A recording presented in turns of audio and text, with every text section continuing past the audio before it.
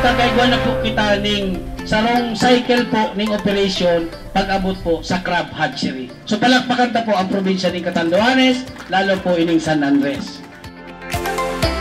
Sain, ang Catanduanes, haloy ng pigpunan yan, gusto tang ipagpadagos, pagtarabangan na maging crab capital ulit siya kang satuyang bansa, kang satuyang nasyon. The crab capital of the Philippines, ngunyan tabi, makusa lang sa papel, sabi ni Regional Director, o di sabot ng realidad sa paagi kay niya mga tulad. Yan na magtao kita ng livelihood sa tuyang kay Manua. Mahiling ta po, kaakibat po kayo ni ang tourism development kang San Andres.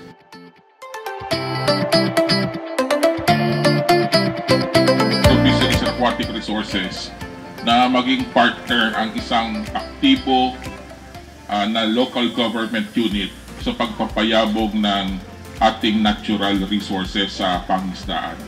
At yan po dito sa panahon ngayon, ang provincial government ng Catanduanes at ang local government ng San Andres.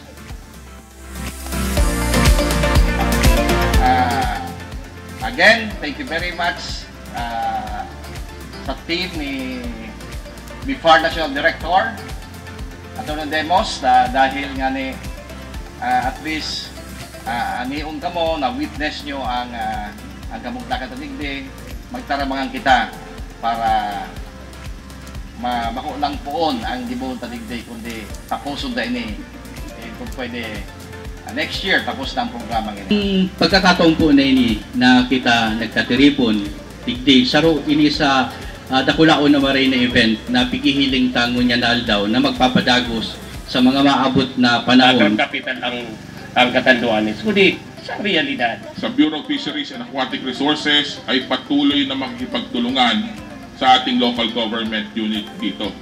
Pakikipagtulungan para maiangat ang produksyon ng alimango ng crabs, mangrove crabs dito sa inyong lugar. At kami po ay naniniwala na sa pagtutulungan natin, maiangat po natin yan. Hindi lang on a domestic level, but we can even go beyond that looking into the global market.